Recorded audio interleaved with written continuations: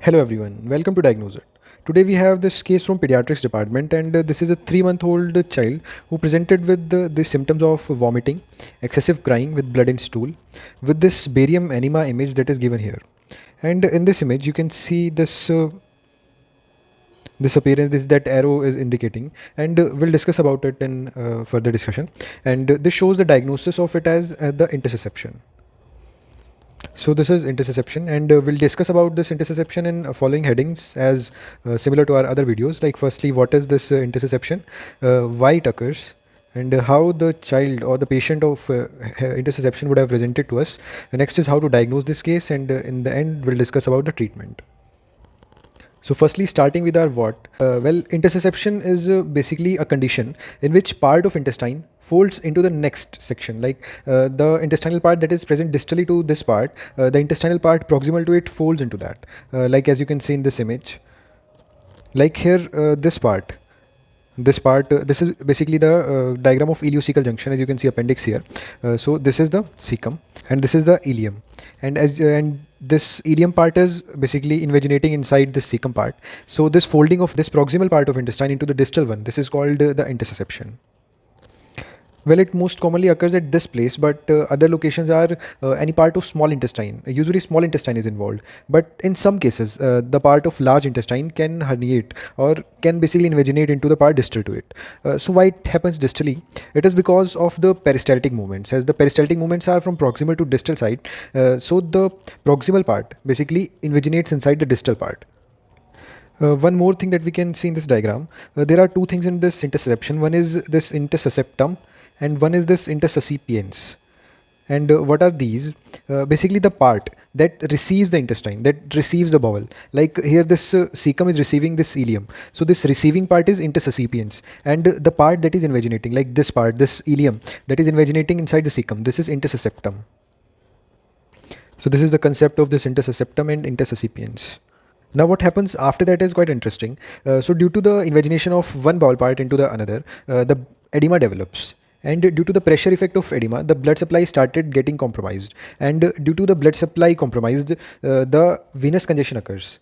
Like as we know the sequence, first is lymphatics get blocked, then veins get blocked, then artery get blocked. So when the lymphatics get blocked, then the edematous fluid it will not drain properly, and when the veins get blocked, then the arterial supply is occurring, but veins are not draining the blood, so there is excessive fluid accumulation at the part. And in the next part, so due to these two things, edema develops, and due to this edema increasing, the pressure increases more, and due to the more increase in pressure, then the arterial supply get hampered.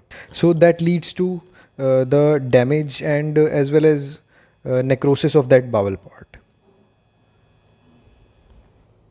And one more thing, due to this damage and necrosis, this part that is inside this bowel, the mucosa of this part get damaged, and due to the peristaltic action of the bowel, the damaged mucosa will get propelled outside, and this propelled mucosa, like this mucosa that is damaged with blood and mucus, that will be passed by the patient as red currant jelly stool. This is the classical word that is used in the patient of intussusception for the stool. The stool would be red currant jelly stool. So till now we have discussed like what is this intussusception. Now let's discuss why this intussusception occurs. Well, it is most commonly a disease that occurs in pediatric age group, but yeah, it can occur in adults also. So in pediatric age group, 90% of cases we don't know why this occurs, and there is no pathological lead points that get identified. But in adults, in 90% of cases of adults, there is a pathological lead point. So firstly, let's talk about children. In children, what we know is it occurs due to the hypertrophy of Peyer's patches. There is an interesting thing that explains this theory, that it occurs due to the hypertrophy of Peyer's patches. As we know, In the pediatric patient, during the first 2 to 2.5 months of life, the Peyer's patches and lymphoid organs of the intestine are not that well developed. And this disease is also quite rare in the age group of 2 and 2.5 months. But after that, it is quite common because after the development of these lymphoid organs in the children, they are quite hyperactive, and they get hypertrophied due to even small insult of some kind of allergen or some kind of bacteria. It was also a side effect of rotavirus vaccine. Now let's discuss about the adults. There are in 90% of cases some pathological lead points are identified, and these lead points most commonly are malignancies. And these malignancies like gastrointestinal malignancies, including the colorectal carcinoma, some metastatic lesions from other malignant cancers like malignant melanoma, breast cancer, lung cancer. There can be lymphoma also, small bowel lymphoma and Burkitt's lymphoma also. There can be other benign lesions like this gastrointestinal stromal tumor and some polyps and lipoma, even lipoma also, and in hemangioma, and even appendiceal mucocele sometimes can cause this intussusception. So in adults, there can be congenital lead points like Meckel's diverticulum and duplication cyst and ectopic pancreas. These basically leads to development of intussusception in later part of life. There can be some inflammatory causes like this appendicitis, periappendicitis. There can be trauma also. So these are basically the lead points in adults that are identified for this intussusception. Now let's discuss how the patient of intussusception will present to us. Firstly, the earliest symptom is pain, and there are some characteristic things about this pain, like this pain is associated with nausea and vomiting. It is also associated with the intestinal obstruction also. But there is one thing that is quite characteristic, like the patient will be pulling legs towards the chest.